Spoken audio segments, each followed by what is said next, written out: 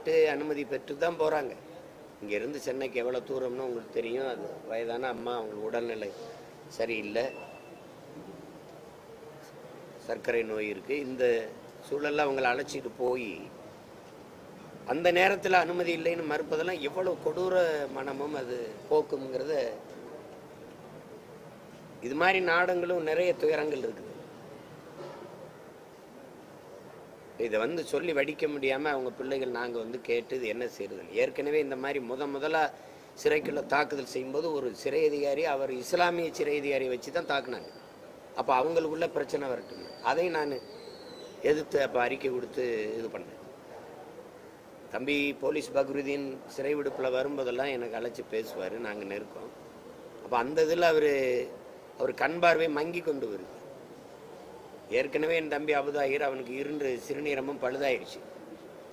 பழுதாகி அவனோட சிறையில் இருந்தவங்கிற முறையில் நான் அவன் நன்கு அறிவேன். அப்போ அவன் மருத்துவமனையில், கோவை மருத்துவமனையில் அனுமதிக்கப்பட்டிருந்த போது நான் போய் பார்த்தேன். நான் பேசுகிறது அவனுக்கு கேட்குது, அவன் பேசுகிறது எனக்கு கேட்கல.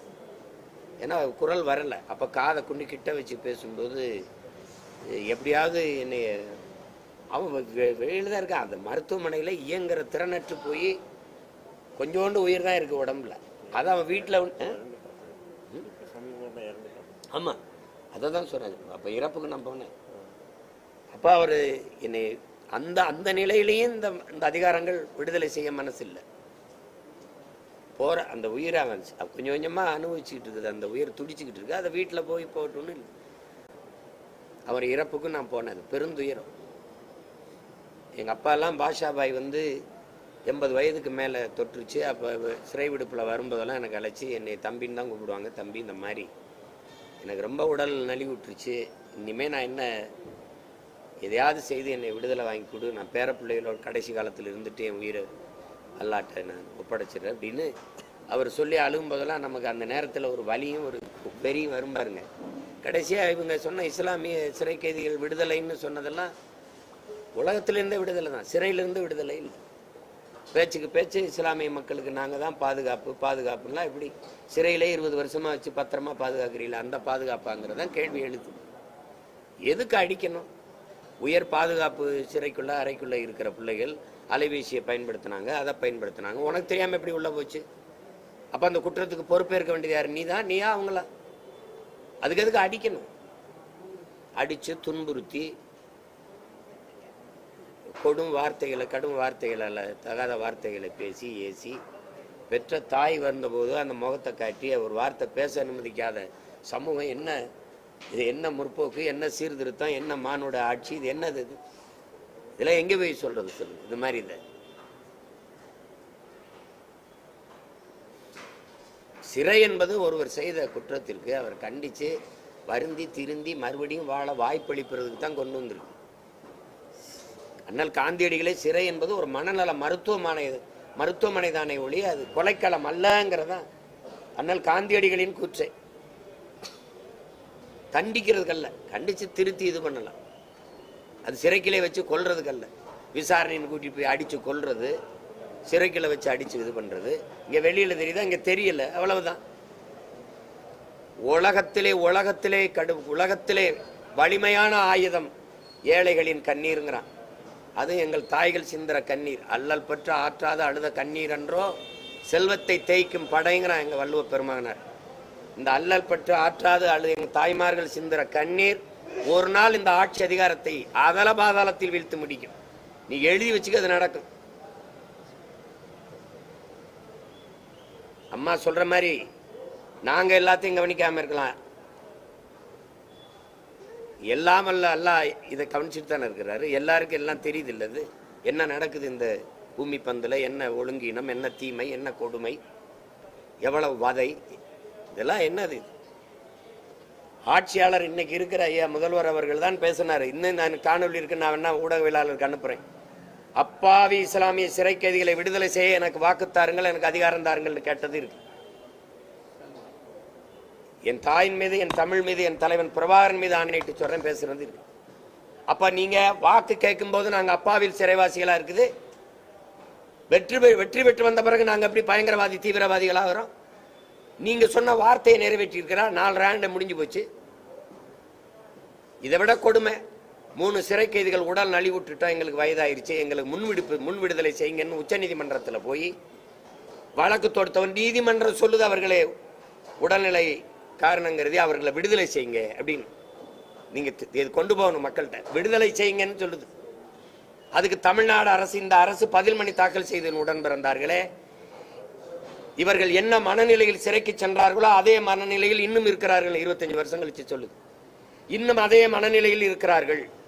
இவர்களை வெளியில விட்டால் இங்க இருக்கிற இந்து தலைவர்களின் உயிருக்கு ஆபத்து, அதனால் விட முடியாதுன்னு பதில் மனு தாக்கல் பண்ணுது. ஆனால் வெளியில வந்து நாங்க தான் இஸ்லாமிய மக்களுக்கு பாதுகாப்பு, சிறுபான்மை மக்களின் காவலர்கள். இன்னும் பேசிட்டு இருக்கு, இன்னும் பேசுது. இந்த கொடுமையெல்லாம் எங்களுக்கு, நாங்க கையேறு நிலையில் அதிகாரமற்று நிற்கதியாக நிற்கிற எளிய பிள்ளைகள், எங்களுக்கு இருக்கிற ஒரே வழி போராட்டம் தான். போராட்டம் ஒண்ணுதான் எங்களுக்கு இருக்கிறது. நாங்க புலம்பிக் கொண்டிருக்கிற காலம் இல்லை, போராடி சாதிக்க வேண்டிய காலத்துக்கு நிக்கிறோம். அதனால எங்க பிள்ளைகள் அவர்கள் குற்றமற்றவர்கள் நிரூபித்து வெளியில வர எங்களுக்கு வாய்ப்பு தரணும். 2வது, இந்த தேவையற்று தாக்குறது, அடிக்கிறது, எவன் கேட்பான், அவனுக்குன்னு யார் இருக்கா, அந்த எண்ணத்தில் நீங்க தொட்டதுக்கெல்லாம் கை வச்சு நீங்க அடிச்சுட்டு இருக்க நல்லா இருக்கு. ஏற்கனவே 6 மாசத்துக்கு முன்னாடி இந்த வேலையை செஞ்சீங்க, அப்ப நாங்க கடும் கண்டனத்தை தெரிவிச்சு இது பண்ணோம். இப்பவும் மறுபடியும் அதையே செய்றீங்க, நீங்க அதையே செய்றீங்க. அது அவ்வளவு நல்ல போக்கு இல்லை. இதை நீங்க ஜெயராஜையும் பெண்ணிக்ஸையும் விசாரணைன்னு கூட்டி போய் காவல் நிலையத்தில் அடிச்சு கொண்டீங்க. இப்ப திருப்பணத்தில் அஜித்தை வந்து விசாரணைங்கிற பேரை காவல் நிலையத்தை கொண்டு போகல, எங்கேயோ ஒரு இடத்துல வச்சு அடிச்சு கொண்டு விட்டீங்க. இதே தானே இப்ப தங்கச்சி சொல்றாங்கல்ல, தற்கொலை செஞ்சு செத்து போடான்னு. எங்க மார்க்கம் அனுமதிக்கல, ஹராம்னு சொல்லுது. கொடுத்த உயிரை எடுத்துக்கொள்ள அல்லாஹ் ஒருவனை தவிர எவனுக்கு அனுமதி இல்லைன்னு எங்க மார்க்கம் நம்புது. அதனால அது ஹராம், அவன் செய்ய மாட்டான். நீ அடிச்சு துன்புறுத்தி குற்றத்தை ஒத்துக்க, குற்றவாளியா இருந்தா தானே ஒத்துப்பான். அப்படி ஒன்றும் கோழைகள் இல்லையே. குற்றம் செஞ்சா ஆமா குற்றம் செஞ்சோம், அதுக்கு ஒரு வரையறை இருக்கு, முறை இருக்குல்ல. அதனால எங்களுக்கு ஒரு வழி இல்லை. நாங்கள் வந்து இந்த தாயின் பிள்ளைகள் எங்களுக்கு இருக்கிற கடைசி ஆயுதம் போராட்டம் தான். அதனால இப்ப தொடர்ச்சியா எனக்கு வந்து இந்த தொடர் போராட்டங்களும் இதுகள் இருக்கிறதுனால ஆகஸ்ட் மாதம் முதல் வாரத்தில் ஒரு மாபெரும் போராட்டத்தை செய்வேன். எங்கள் விடுதலை, இந்த பிள்ளைகளின் விடுதலையை வேண்டி நான் செய்வேன். அதுக்கு மேலே எல்லாம் இருக்காங்கல்ல, எனக்குன்னு ஒரு அதிகாரம் வரும்போது நானே கதவை திறந்து விடுதலை செய்வேன். அவ்வளோதான். கோரிக்கை வைக்கிறோம், மனு கொடுக்குறோம், போராடுறோம். எங்கள் சிக்கல்களை, எங்கள் பிரச்சனைகளை அதிகாரங்கள் காது கொடுத்து கேட்கல, அதிகாரங்கள் கவனத்தில் எடுக்கல. அப்படின்னா எளிய மக்கள் எங்களுக்கு ஒரே வழிதான் இருக்கு, அதிகாரத்தை கையில் எடுக்கிறது. வேற என்ன இருக்குது? அந்த களத்தில் உறுதியா நிற்கிறோம். இந்த தடவை இன்னும் பல மடங்கு பாய்ந்து நாங்கள் அதிகாரத்தை வெல்றதுக்கு முயற்சி பண்ணுவோம். எங்களுக்கு என்ன நபிகளார் எங்களுக்கு என்ன கற்பிச்சிருக்காரு? தீமையை எப்படி ஒழிப்பீர்கள் நபிகளாரே? கேட்டதுக்கு பதில், தீமையை நன்மையை வச்சு தான் ஒழிப்பேன்ட்டு. நாங்க நன்மையின் பக்கம் நிற்கிறோம், சத்தியத்தின் பக்கம் நிற்கிறோம். இந்த தீமைகளை நன்மையை வச்சு ஒழிப்போம். வரலாறு எங்களும் காலச்சக்கரம் சுரண்டு கொண்டுதான் இருக்கிறது.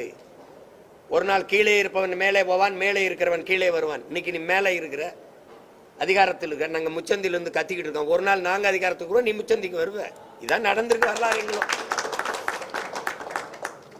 வரலாறுங்களும். அப்ப இன்னைக்கு நடக்கிறதா நிஜம்னு நினைச்சு நிரந்தரம் நினைச்சு இருந்துடாதீங்க.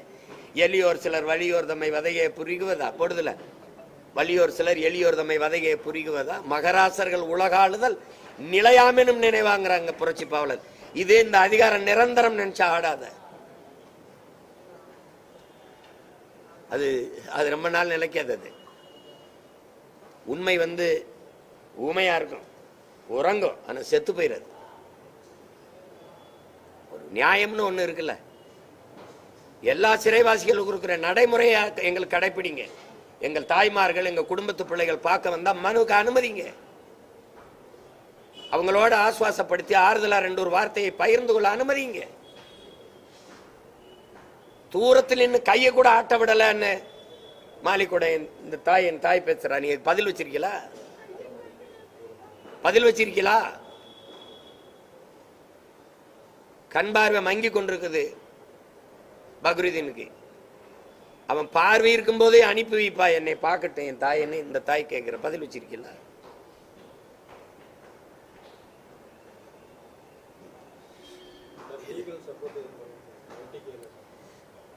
அது நடந்துகிட்டு தான் இருக்குது. அது ஏற்கனவே 3 பேருக்குமே வழக்கு நடந்துகிட்டு தான் இருக்குது. இப்ப நாங்க கூடுதலா கவனம் எடுத்து செய்வேன்.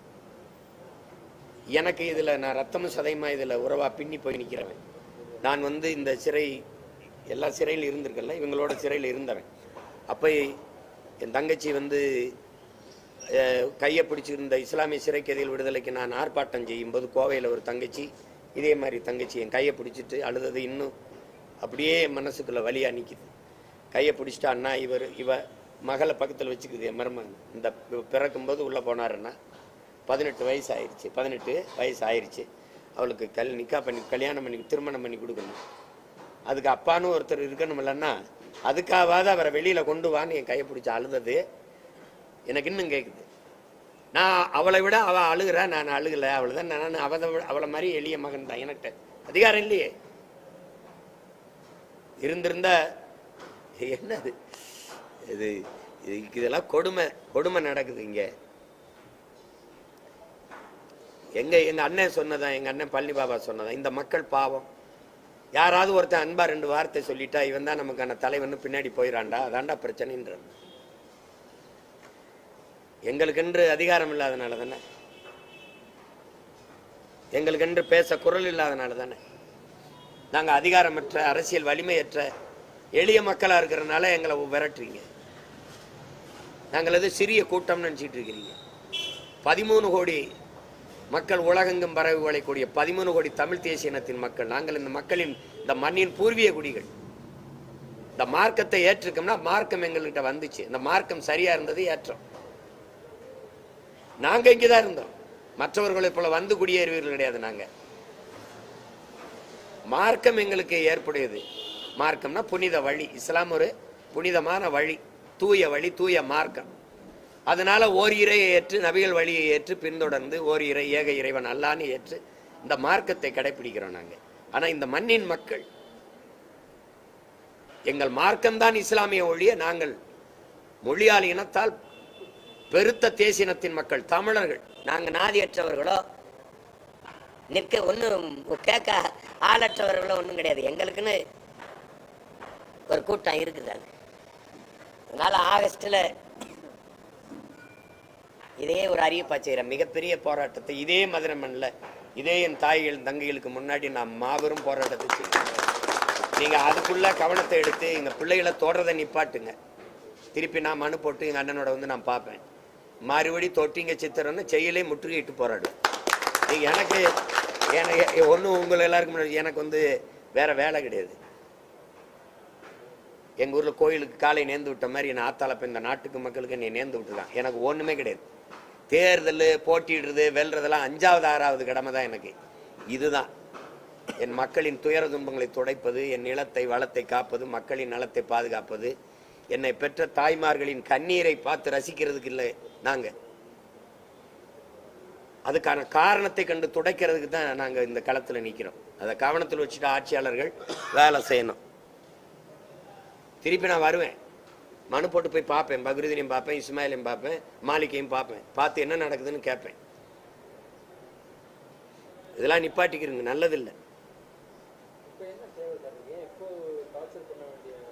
அதுதான் ஐயா, ஒரு வருஷமா தானே சொல்லுங்க, ஓராண்டா தான் நடக்குது. ஏன்னா என்ன, இந்த குற்றத்தை வழக்க முடிக்கணும், பழிய போட்டு குற்றம் பாருங்க. ஜெயில கலவரத்தை ஏற்படுத்தி அவங்க குற்றப்பத்திரிக்கைலாம் எரிச்சாங்க, வழக்கு நடத்த முடியல. இப்ப மறுபடியும் ஒரு வருஷத்துக்கு முன்னாடி வழக்கு நடத்துறதுக்கு நாங்க எல்லா குடும்பத்தாரும் சம்மதிச்சு பொருளாதாரம் எல்லாமே ரெடி பண்றோம். வழக்கறிஞரை பார்க்க அதுக்கு என்ன முடிவுன்னா, வழக்கை கொண்டு போய் வச்சு வழக்கில் நிரபராதின்னு வெளியில வரவிடக்கூடாது. அப்படிங்கும்போது அடிச்சு அவங்கள மேல ஒரு பிரச்சனையை பண்ணி அதை ஒரு இதாக்கி அந்த வழக்கை நீட்டிக்கணும். அவ்வளவுதான் அவங்க சொல்றாங்க பாருங்க. ஒவ்வொரு முறையும் வழக்கை எடுக்க முன்னாகும் போதெல்லாம் எடுத்து வழக்கறிஞரை வைக்கிறோம். எப்பெல்லாம் நாங்க கேஸ பார்க்க நினைக்கிறோமோ அப்பெல்லாமே இந்த ஒண்ணு கலவரத்தை ஏற்படுத்துறாங்க, இல்லைன்னா இவங்களை அடிச்சு துன்புறுத்துறாங்க. இப்போ 2வது தடவை அடிக்கிறது கொலை செய்யணும் நோக்கத்திலே தான் அடிச்சிருக்காங்க. தற்கொலைன்னு சொல்லி நாங்க வழக்க முடிச்சிருவோம், இன்னும் சாக மாட்டேங்கிறாங்க அப்படின்னு சொல்லி அடிச்சிருக்காங்க. சாகலையா, இத்தனை அடி அடிச்சுமே இன்னும் சாகல அப்படின்னு சொல்லி கேட்கிறாங்க. அப்படி தற்கொலை பண்றதுக்கு அவங்க வந்து கோலையும் இதெல்லாம் நீங்க ஊடகவியலாளர்னாலும் ஒரு மனச்சான்றுன்னு ஒண்ணு இருக்குல்ல, இதெல்லாம் ஏற்புடையதான் பாரு. சிறைனா சிறை கைதிகளை சிறை காவலர்கள் பாதுகாக்கணும், அவ்வளவுதான். அது வழக்கு இருக்குது, நீதிமன்றம் இருக்குது. நாங்க குற்றவாளியா நிரபராதியான்னு தீர்மானிக்க வேண்டியது நீதிமன்றம். அது அங்க போய் நாங்க பாத்துக்கிற போறோம். நீங்க அடிச்சு ஏன்டா இன்னும் சாகல செத்து போங்கடான்னு அடிக்கிறது இல்லையே காவல்துறையினர். அதுதான் இது எங்களுக்கு வேற வழி கிடையாது. போராடி தான் நாங்கள் அண்ணல் அம்பேத்கர் சொன்னது மாதிரி தான், இழந்து விட்ட உரிமைகளை பிச்சை கேட்டு பெற முடியாது, போராடி தான்டா பெற்றாகணுங்கிறாரு. எங்களுக்கு எங்கள் உரிமையை எங்கள் விடுதலையை நாங்கள் போராடி தான் பெற்றாகணும். அதுக்கு தான்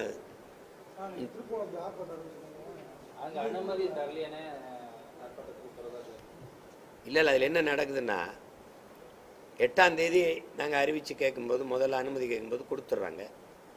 அப்புறம் கண்டந்தேவி தேர் திருவிழா இருக்குது, அது ரொம்ப உணர்வுபூர்வமான சிக்கலாக இருக்குது, அது சென்சிட்டிவ் இஷ்யூங்கிறாங்க. அதனால மொத்த காவல்துறையும் நாங்கள் அங்கே போயிடுவோம் பாதுகாப்புக்கு, அதனால இங்கே உங்களுக்கு இது பண்ண முடியாது அப்படின்னு அவங்க சொன்னாங்க. அந்த உயர் காவல்துறை அதிகாரி, மாவட்ட காவல்துறை அதிகாரிகிட்ட நானே பேசினேன். அப்படின்னா அடுத்த நாள் கொடுங்க, நான் நேற்றே வந்துட்டேன் ஆர்ப்பாட்டத்துக்குன்னு. அப்போ அடுத்த நாள் இன்னைக்கு கொடுங்கன்னு கேட்டேன். நீங்கள் மனு கொடுங்க, நாங்கள் மேலிடத்தில் கேட்டுட்டு சொல்கிறேன். நாங்கள் கொடுத்தோம். அப்புறமா இரவில் அந்த ஒரு நேரம் வச்சுருக்காங்க, அதிக 1 மணிக்கு தான் வேலை செய்கிறாங்க அவங்க. இரவு ஒவ்வொரு நாளும் 1 மணிக்கு தான் மறுத்து கொடுக்குறதெல்லாம் 1 மணிக்கு வீட்டில் எழுப்பி கொடுப்பாங்க. இன்றைக்கும் அதே மாதிரி இல்லை, எங்கள் நீதிமன்றத்தில் வழக்கு இருக்குதுன்னு. இப்போ எனக்கு வேறு வழி இல்லை, நாளைக்கு எனக்கு ஆடு மாடுகளின் மாநாடு இருக்குது, அடுத்தடுத்து வேலை இருக்குது. அவங்களுக்கு ஒரே வேலை தான், எனக்கு பல வேலை இருக்குது. இப்போ அதனால நான் அனுமதி கொடுத்தா போராடுவேன், அனுமதி கொடுக்கலைனாலும் மீறி போராடுவேன். என்ன அதிகபட்சம் வழக்கு தானே, சிறை தானே, அதெல்லாம் அஞ்சுகிற ஆள் மாதிரி எங்களுக்கு தெரியுதா? அது ஒன்றும் இல்லை. எனக்கு 100 கேள்விகள் இருக்குது, அதை என் மக்களுக்கு முன்னாடி இந்த அதிகாரத்திற்கு எழுப்புவேன்.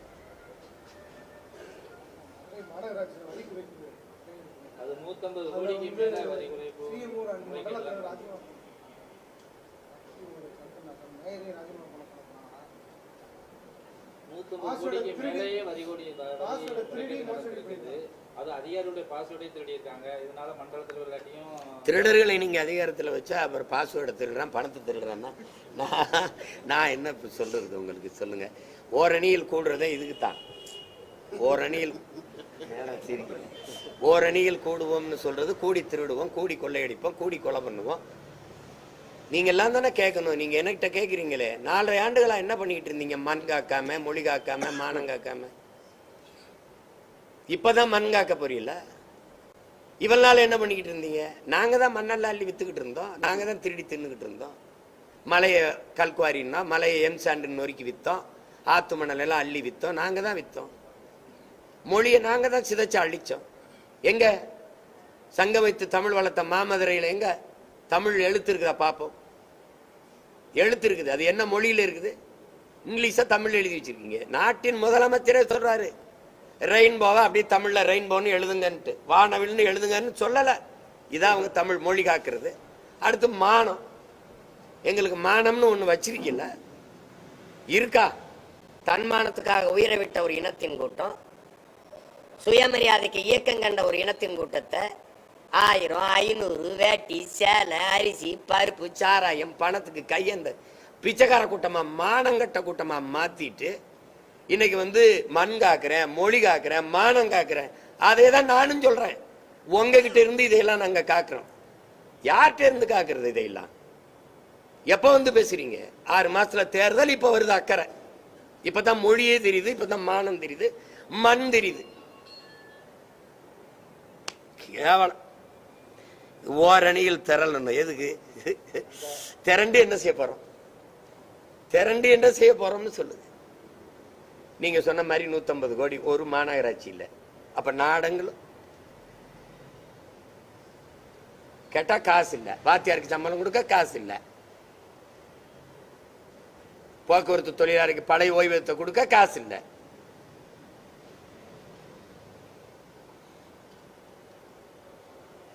இந்த சிக்கலை கொண்டு போங்க, என் தாய் தங்கையினுடைய கண்ணீரை கொண்டு போங்க. ஆகஸ்ட் முதல் வாரத்தில் மிகப்பெரிய போராட்டம் இருக்குங்கிற செய்தியை கொண்டு போங்க. நன்றி, வணக்கம்.